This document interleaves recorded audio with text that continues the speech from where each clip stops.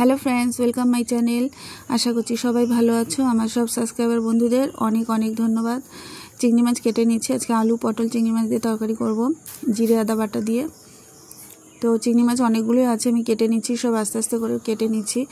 দেখো প্রায় হয়ে গেছে মাছ কাটা, অল্প কাটা আছে। আর এই চিংড়ি মাছের সিদ্ধারা থেকে কালো অংশটা বাদ দিয়ে দিতে হয়, এটাই হচ্ছে মাছের নোংরা।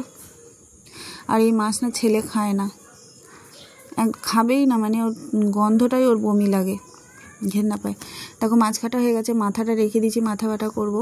আর এটা পটল আলু দিয়ে তরকারি করব চিংড়ি মাছটা, আর বাটা মাছটা সর্ষে বাটা করব। তো আমার সব কাটাকুটি হয়ে গেছে, মশলাটা করে নেবো। তার আগে জিরেটা ভেজে নিচ্ছি, একটু শুকনো জিরে ভেজে ওটা গুঁড়ো করে রাখবো, তরকারিতে নামানোর আগে দিয়ে দেবো।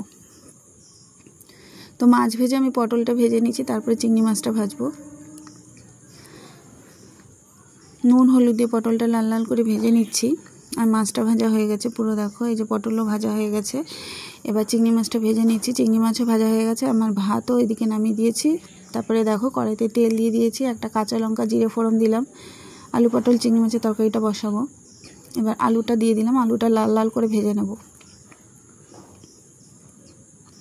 দেখো আলু ভাজা হয়ে গেছে। এবার আমি একটা মশলা করে রেখেছিলাম, জিরে আদা কাঁচা লঙ্কা সামান্য সর্ষে আর হাফ টমেটো দিয়ে একটা মশলা করে রেখেছিলাম, সেটা দিয়ে দিলাম। এবার হলুদ দিয়েছিলাম, একটু মনে হলো কম হয়েছে, আবার একটু দিয়ে দিলাম।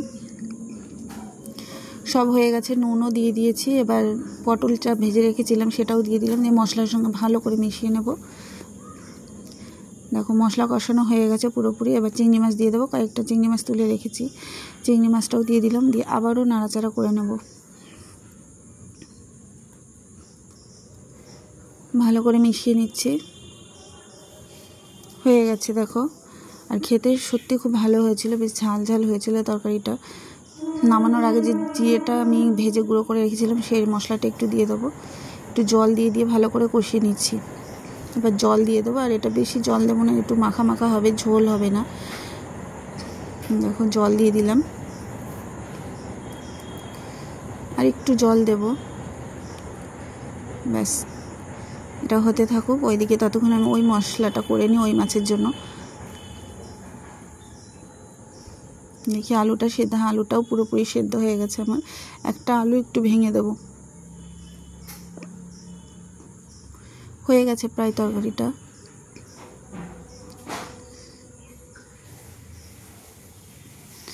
এবার নামানোর আগে দেখো যে জিরে গুঁড়োটা করে রেখেছিলাম সেটা একটু দিয়ে দিলাম।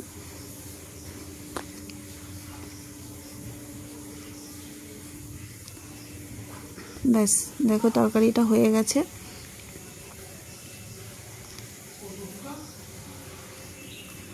গ্যাসটা বন্ধ করে দিলাম, দিয়ে তরকারিটা নামিয়ে নেবো। কালারটা এত সুন্দর এসেছিল না। দেখো তরকারিটা ঢেলে নিলাম একটা থালার মধ্যে। বেশি ঝোল রাখিনি, এটুকু ঝোল, যেহেতু চিংড়ি মাছ আলু পটল দিয়ে করেছি, এটা ঝোল বেশি ভালো লাগবে না। তো দেখো বাটা মাছটা করব, সর্ষে বাটা দিয়ে করব। এটা কালো জিরে কাঁচা লঙ্কা ফোড়ন দিলাম, দিয়ে সর্ষে কাঁচা লঙ্কা পেস্ট করে রেখেছিলাম সেটা দিয়ে দিলাম, দিয়ে মশলাটা কষিয়ে নেব ভালো করে। একটু জল দিয়ে দিলাম, বাটিতে ধুয়ে একটু জল দিয়ে দিলাম। এবার হলুদ নুন দেওয়া হয়ে গেছে।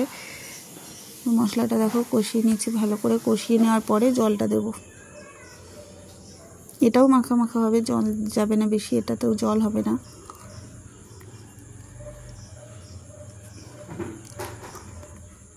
হয়ে গেছে এটাও। দেখো জল দিয়ে দিচ্ছি, তাও বেশি জল দেবো না। এবার এই ঝোলটা ফুটে গেলে আমি মাছটা দিয়ে দেবো।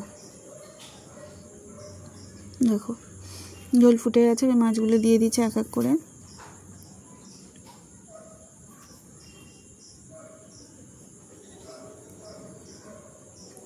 হয়ে গেছে দেখো মাছগুলো দেওয়া হয়ে গেছে। এবার একটু ফুটে গেলে আমি হালকা একটু সর্ষের তেল দিয়ে নামিয়ে দেবো। আজকে দুটো রান্নাই খুব ভালো হয়েছিল, কিন্তু একটা রান্নাও ছেলে খাবে না। দেখো ওইদিকে তরকারিটা নামিয়ে নিয়েছি। এবার চিংড়ি মাছের মাথা বাটা করব। তার জন্য একটু কাঁচা লঙ্কা পেঁয়াজ কেটে রেখেছিলাম একসঙ্গে, আর কালো জিরে ফোড়ন দিয়ে দিলাম, কাঁচা লঙ্কা পেঁয়াজ একসঙ্গে দিয়ে দিলাম, দিয়ে পেঁয়াজটা লাল লাল করে ভেজে নেব। আর চিংড়ি মাছের মাথাটা আমি একটু সর্ষে দিয়ে বেটে রেখেছিলাম। দেখো পেঁয়াজটা আমার ভাজা হয়ে গেছে, একটু হলুদ দিয়ে দিলাম, চিংড়ি মাছের মাথাটা বেটে রেখেছিলাম, এবার এটা দিয়ে দেবো। এটা ভালো করে ভেজে নিয়েছি। এবার দেখো চিংড়ি মাছের যে মাথাটা বেটে রেখেছি এটা দিয়ে দিলাম, একটু সর্ষে, 2টো কাঁচা লঙ্কা আর চিংড়ি মাছের মাথা একসঙ্গে আমি বেটে রেখেছিলাম। এবার এটার সঙ্গে ভালো করে মিশিয়ে নেব, একদম পুরো মাখা মাখা শুকনো হয়ে যাবে। এটা দেখো জল জল লাগে যাবে, পুরো মাখা হয়ে যাবে, শুকনো শুকনো। পরিমাণ মতো নুন দিয়ে দিয়েছি, দেখো হয়ে গেছে এই যে মাথা বাটাটা। এদিক তরকারি হয়ে গেছে আমার সব, এটা আলাদা তুলে রেখেছি। এটাই হচ্ছে আজকের মেনু। এদিকে সব মুছে নেব। ছেলের জন্য বিরিয়ানি এনেছিলাম, দেখো এই যে বিরিয়ানি, আর কিছু খাবে না, এগুলো আলাদা, ও সব ওর জন্য আলাদা করেছি। এটা বিরিয়ানি এনে দিয়েছিলাম ওকে।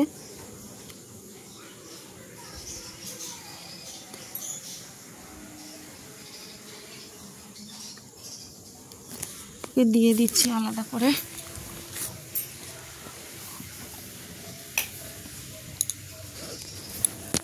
মাংসটা একটু ছিঁড়ে ছিঁড়ে দিলাম, নাহলে ছিঁড়তে পারবে না।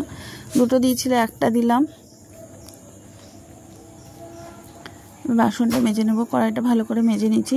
সবাই সুস্থ থেকো, ভালো থেকো, আর সবাই আমার পাশে থেকো। সব পরিষ্কার দেখো আমার।